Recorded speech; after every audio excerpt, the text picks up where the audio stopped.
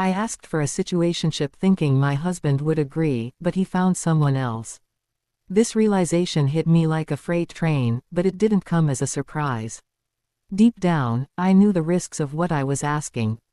I had convinced myself that giving us some space would help us find our way back to each other, but instead, it led me down a path I never intended to take. My name is Sarah, and I'm 28 years old. I work as a marketing coordinator at a mid-sized company. I met Ethan, my husband, when I was just 25.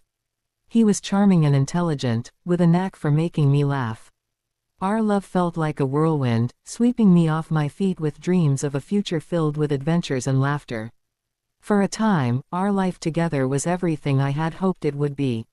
But as years passed, the pressures of life began to weigh heavily on us.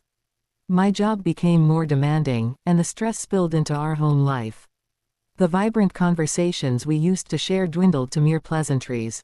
I felt trapped in a cycle of routines, work, home, sleep, without the spark that once ignited our connection. I started questioning everything. Was I happy? Was Ethan still the person I fell in love with? I wrestled with feelings of dissatisfaction, wondering if we had simply grown apart. When I first brought up the idea of taking a break, I framed it as a chance for self-discovery. We need to find ourselves again, I told him, my voice shaky but determined. Ethan's response surprised me. He was hesitant but ultimately agreed. If that's what you think is best, he said, his tone laced with uncertainty. At that moment, I felt a flicker of hope. Perhaps this was the clarity we both needed. As the days turned into weeks, I tried to focus on my own growth. I took up yoga, started journaling, and immersed myself in new hobbies. I wanted to discover who I was outside of our marriage. But in the back of my mind, I clung to the belief that Ethan would wait for me. After all, we had built a life together, surely, he would understand. Yet, as the silence stretched between us, I found myself drowning in my own thoughts. I began to miss him more than I anticipated. The laughter we shared, the little inside jokes, the comfort of knowing he was there, those memories haunted me.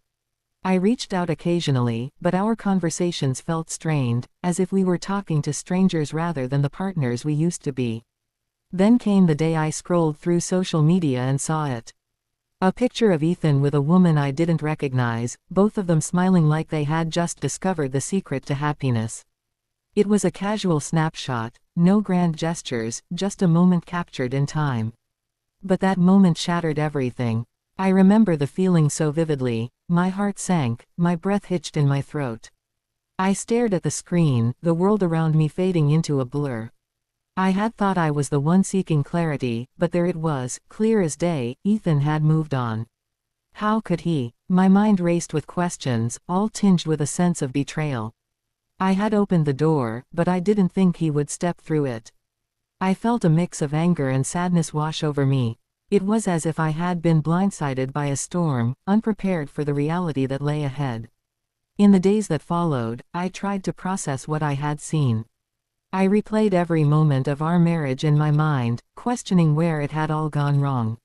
I thought back to the times I had pushed him away, to the moments I had chosen my own solitude over our connection. I was angry at myself. Angry for thinking a break would somehow bring us back together. Angry for underestimating his need for companionship. And yet, there was a part of me that felt guilty for wanting him to wait. Was it fair to expect him to remain loyal while I explored my own feelings? I had wanted space, but it seemed I had inadvertently given him the freedom to seek happiness elsewhere. Each day became a struggle as I navigated the duality of my emotions. I longed to confront him, to understand what was happening between them, but a deep fear held me back. What if he told me he was happier? What if he had fallen in love with her? The thought of losing him entirely was unbearable. As I sat in my favorite coffee shop one afternoon, I watched couples around me, laughing, sharing stories, and enjoying each other's company. I felt like a ghost in my own life, invisible and lost. I wanted to scream, to cry out for someone to see the pain I was hiding. The isolation was consuming. I poured my heart into journaling, hoping to find solace in my own words. I wrote about my fears, my regrets, and my longing for the love we once shared. But with every word, I also recognized the growing distance between us. The realization that I was losing him slowly began to settle in, a heavy weight that I couldn't shake off. And then came the moment I knew I had to confront him. I needed answers, and I needed to understand the choices we had both made. I felt a mixture of dread and anticipation as I texted him, suggesting we meet. Part of me hoped that he would still care, that the love we had would shine through despite the cracks. As I prepared for our meeting, I could feel the anxiety bubbling inside me. I rehearsed what I would say, how I would express my feelings without pushing him further away. But deep down, I feared that no matter how I framed it, the conversation would lead to a final farewell. In the quiet moments before we met, I realized I was on the brink of a painful truth. I had opened the door to uncertainty, and now I had to face the consequences of my choices. Would I still find my way back to him, or had I lost him for good? As I sat in the coffee shop, waiting for Ethan, I couldn't shake the unease that had settled in my chest. I had thought that asking for a situationship was a reasonable request, a chance for both of us to step back, breathe, and perhaps even grow individually. After all, how could we continue down a path that felt increasingly stale? I believed this break would allow us to rediscover ourselves, and in turn, rediscover each other. But looking back, I realized how misguided my thinking had been. I justified my request by telling myself it was for the best. I argued that we both needed space to explore our own identities outside the confines of marriage. I wanted to reconnect with my passions and figure out what truly made me happy. Yet, it felt like I was giving him permission to drift away, and that thought gnawed at me. Ethan had always been supportive, but over time, he had become more complacent. I began to feel frustrated with him. I wanted him to be more engaged, to express his thoughts and feelings rather than just going through the motions of daily life. I often found myself wishing he would take more initiative, not just in our relationship, but in pursuing his own interests too. He had the potential to be so much more, and I wanted him to see that. It was easy to blame him for our stagnation. After all, he had settled into a routine, and I felt as if I were carrying the weight of our relationship on my shoulders. Why hadn't he stepped up to encourage our connection? Why hadn't he reached out when things felt off? I craved conversations that challenged us, that explored our dreams and fears. Instead, we spent our evenings watching TV in silence or scrolling through our phones, each lost in our own worlds. I had reached a point where I could no longer ignore the discontent simmering beneath the surface. I remember one night, sitting across from him at dinner, feeling as though I were having dinner with a stranger. I watched him chew, his eyes focused on his plate, and I wondered where the man I had fallen in love with had gone. It was as if he had faded into the background, allowing life to dictate our relationship instead of actively participating in it. So, I made the choice to ask for space. My rationale was simple: a situationship would allow us to take a step back and reassess our priorities. I thought it would grant us the opportunity to realize how much we truly valued each other. But now, as I waited for him, I couldn't shake the feeling that my request had inadvertently pushed him away. I couldn't help but feel resentful. How could he move on so easily? I had opened the door for him, believing he would respect the boundaries of our agreement. Instead, he had taken the freedom I offered and found someone else. It was a harsh reality that stung like 1,000 tiny needles. What did she have that I didn't? I couldn't help but picture her, the carefree smile, the ease in her laughter. It felt like a betrayal not just to our marriage, but to the very concept of love we had shared. I had thought we were both exploring our identities, but he had simply replaced me. The bitterness rose within me, and I fought against it. I replayed our last few conversations in my mind, searching for signs I might have missed. Each moment felt like a breadcrumb leading to the inevitable truth. Had I truly been so lost in my own world that I failed to see the warning signs? I had pushed for this break, yet I never imagined it would lead to him finding someone else. As I waited, I contemplated how I would approach our meeting. I wanted to confront him, to lay bare my feelings of betrayal and confusion, but I also felt the need to hold him accountable for his part in this unraveling. After all, I hadn't pushed for this situationship solely because I wanted space. I had hoped it would ignite a spark in him, a realization of what we had together. When he finally walked through the door, a familiar wave of warmth washed over me. But as he approached, I noticed the shift in his demeanor. The way he smiled, the way his eyes seemed to light up when he saw me. Did he have any guilt for what he had done? It felt like a cruel twist of fate, the way my heart still yearned for him despite the pain he had caused. "Hey," he said, his voice a mixture of surprise and apprehension. "Hey," I replied, trying to keep my tone steady. We settled into a booth, and the weight of the conversation loomed over us like an impending storm. I took a deep breath, gathering my thoughts. "Ethan, I need to talk to you about the picture I saw." His expression shifted slightly, and I could see the tension build in his shoulders. "I thought we were taking a break," he said defensively, but the hint of uncertainty in his voice suggested he knew this wasn't just a simple situation.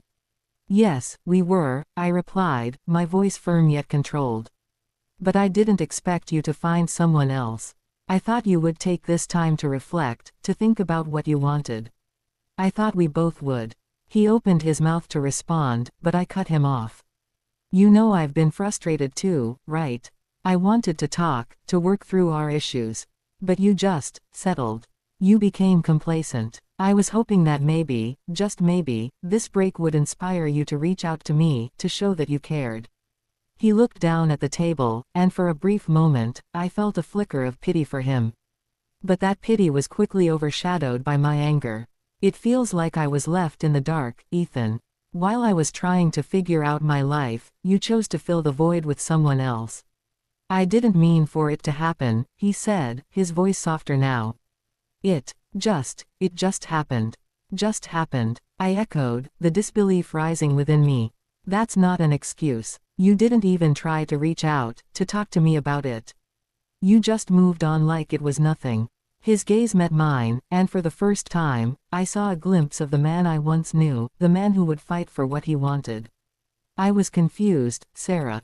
I didn't know where we stood. You asked for a break, and I thought it meant you wanted to explore your options too." "Exploring options?" I shot back, frustration spilling over. "I wanted to explore my own feelings, to see if we could rediscover ourselves. I didn't want to see you with someone else." He sighed heavily, running a hand through his hair. "I didn't think you'd feel this way. I thought you wanted space." "I did want space, but I also wanted you to show that you cared enough to wait." My voice rose slightly, and I could feel the heat in my cheeks. "I needed you to show me that our love was worth fighting for." The silence stretched between us, filled with the unspoken words that hung in the air like a fog. I could feel the cracks in our relationship widen, and it terrified me. I had wanted to bring us closer, but now it felt as if I was watching everything slip away. Finally, he spoke, his voice barely above a whisper. "I thought this would help us, too. I wanted to give you the space you needed while trying to figure out my own feelings. But look where we are now," I exclaimed, my frustration boiling over. "You found someone else, and I'm sitting here heartbroken, wondering how we got to this point." He looked at me, a mix of regret and helplessness in his eyes. "I never wanted to hurt you, Sarah. I thought we could both find clarity. But in that moment, I realized clarity had turned into confusion, and the connection we once shared was now a distant memory. I wanted to hold on to hope, but I felt the weight of reality settling in. The decisions we made had led us to this moment, and the truth was undeniable. We were on separate paths now, and it hurt to acknowledge that. As I sat across from him, I felt a sense of finality begin to creep in. I had wanted a situationship, believing it would bring us closer, but instead, it had created an unbridgeable chasm. The emotions swirled within me, anger, sadness, and an undeniable longing for the love we once had. In that moment, I understood that sometimes, love isn't enough to hold two people together. It requires effort, communication, and the willingness to fight for one another. I had pushed for space, but I never anticipated how that space would ultimately lead to our unraveling. As I looked into his eyes, I knew the time had come for both of us to make choices. Choices that would define our futures, even if those futures no longer included each other. After that fateful meeting with Ethan, I was left in a fog of confusion and heartache. The initial shock of seeing him with someone else had transformed into a complex mix of feelings I struggled to untangle. I had expected clarity, but instead, I found myself more lost than ever. Days turned into weeks, and the absence of our regular conversations weighed heavily on my heart. I missed his voice, his laughter, and even the mundane moments we shared. I thought about the small things, the way he always made coffee in the morning, how he would tease me about my obsession with reality TV, and the comfort of his presence beside me at night. Those memories flickered in my mind like a candle's flame, reminding me of what we had lost. I spent countless evenings at home, scrolling through social media, watching as Ethan's life seemed to move on without me. He posted pictures with her, his smile wide, his eyes bright. The contrast to the muted expressions from our last days together was stark. I felt like I was watching a different person entirely, one who had rediscovered joy without me. It twisted the knife deeper, and I found myself grappling with a sense of betrayal that was difficult to articulate. I tried to keep busy, immersing myself in work and distractions. My colleagues noticed my change in demeanor. I was often lost in thought, my usual enthusiasm dulled. I attended social events, but they felt hollow. Conversations that once felt natural now required effort. I put on a brave face, but inside, I was battling the tumult of emotions that threatened to overwhelm me. One evening, as I sat alone on my couch, I picked up my journal, a habit I had recently embraced in an attempt to process my thoughts. I flipped through pages filled with hopes, dreams, and the intricate details of our life together. There were entries that described my love for Ethan, the plans we had made, and the vision I had for our future. But interspersed among those memories were the more recent entries, detailing my frustrations and desires for change. I realized how my request for a situationship had stemmed from a place of desperation. I wanted to reconnect with myself, but in doing so, I had inadvertently severed the bond we shared. I could feel the weight of my decisions, and I knew I had to confront the consequences of asking for space. Yet, even with all these realizations, I couldn't ignore the bitterness that lingered. How could he move on so swiftly? How could he seem so happy? I wanted to scream into the void of my apartment, to let the world know how deeply I was hurting. Instead, I sat in silence, letting the tears fall freely. As the weeks passed, I decided to reach out to some close friends for support. I needed their perspectives, their comfort, and perhaps a distraction from the spiral of my own thoughts. I organized a small get-together at my apartment, inviting a few of my closest friends, people who had seen my relationship with Ethan at its best and had been there for me during the tough times.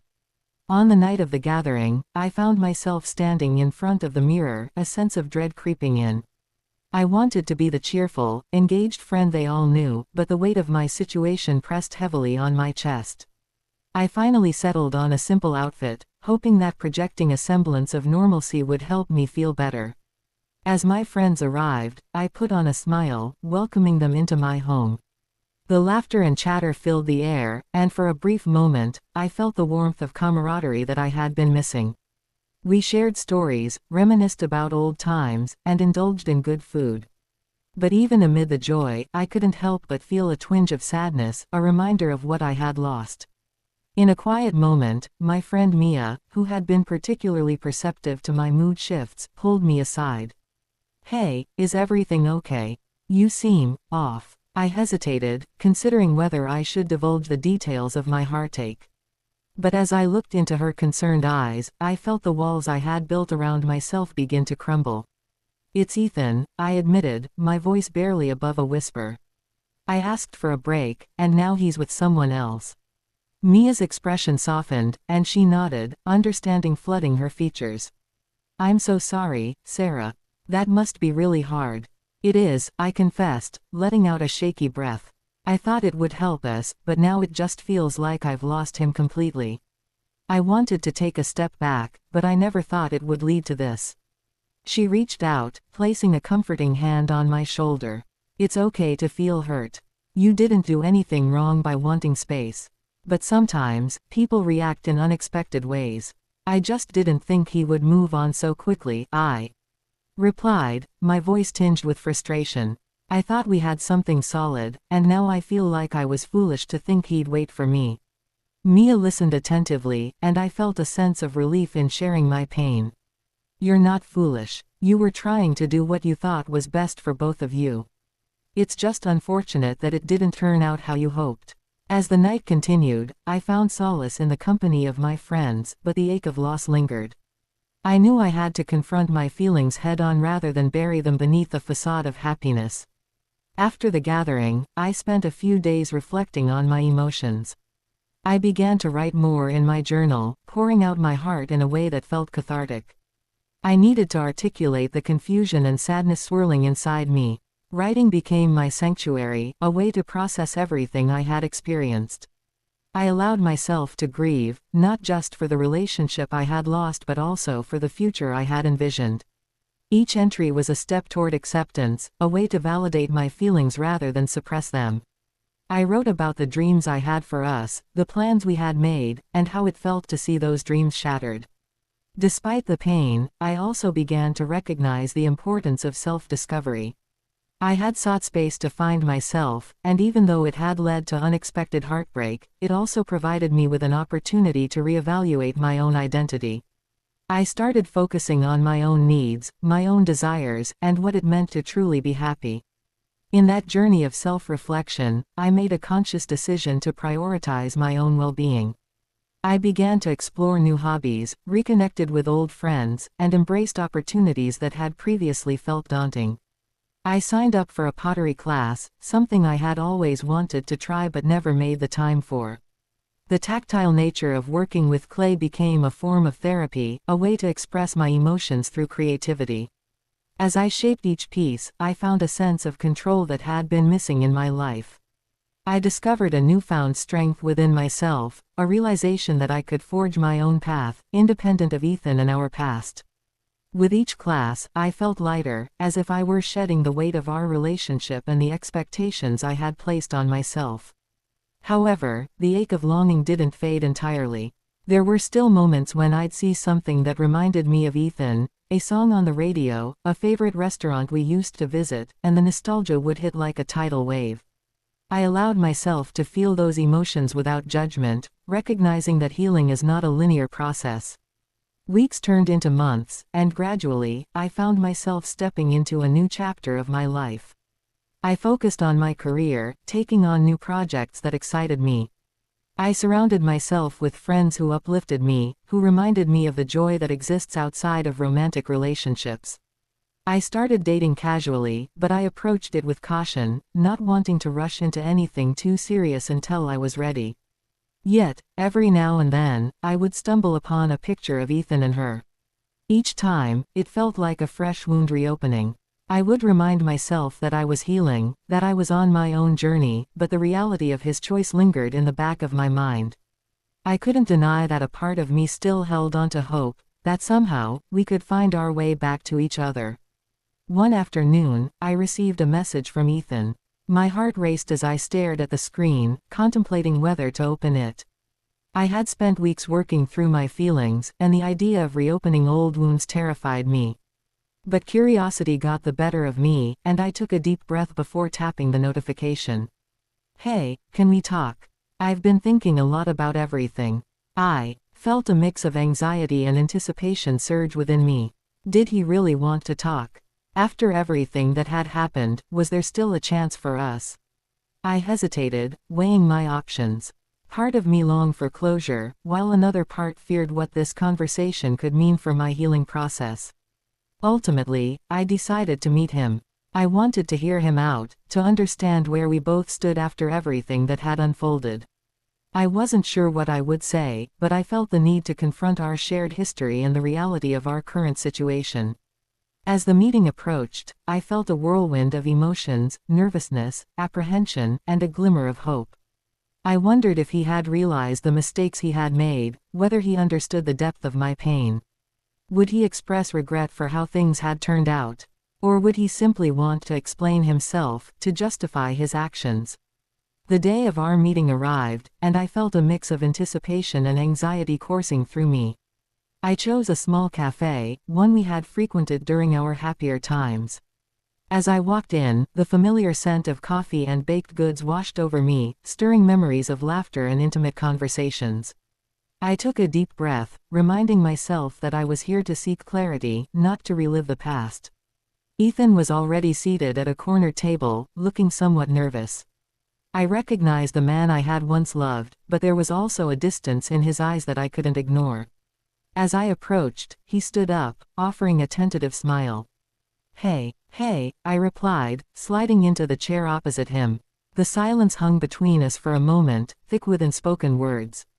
I stirred my coffee, avoiding his gaze as I collected my thoughts. After a beat, he broke the silence. Thanks for agreeing to meet. I know things have been complicated. Complicated is one way to put it, I said, keeping my tone steady. You moved on pretty quickly. Ethan nodded, a flicker of regret passing across his face. I know. I didn't mean for it to happen like that. I thought I could handle everything, but I didn't realize how much I was hurting you until it was too late. His honesty surprised me. Did you really think I would be okay with a situationship? I asked for space because I felt trapped, but I never wanted this. I thought I could give you what you needed while still holding on to what we had, he admitted. I was selfish. I didn't consider how my actions would impact you. When you asked for a break, I didn't know how to process it. I thought I could find my own happiness. Did you find it? I asked, my voice softer now, curious despite myself. He hesitated, searching for the right words. For a while, I thought I did. But I quickly realized that it was all a distraction. I lost sight of what really mattered, us. His admission stirred something in me. It felt good to hear him acknowledge his mistakes, yet I still felt a wall between us. Ethan, it hurts to see you with someone else. I spent months trying to navigate my feelings while you moved on. I get it, he replied, his eyes earnest. I want you to know that I never stopped caring about you. I just didn't know how to reach out without making things worse. There was a sincerity in his voice that softened my resolve. You could have talked to me. We could have worked through it together. He sighed, running a hand through his hair. I know. I was scared. I thought you wanted space to explore, but instead, I pushed you away even more.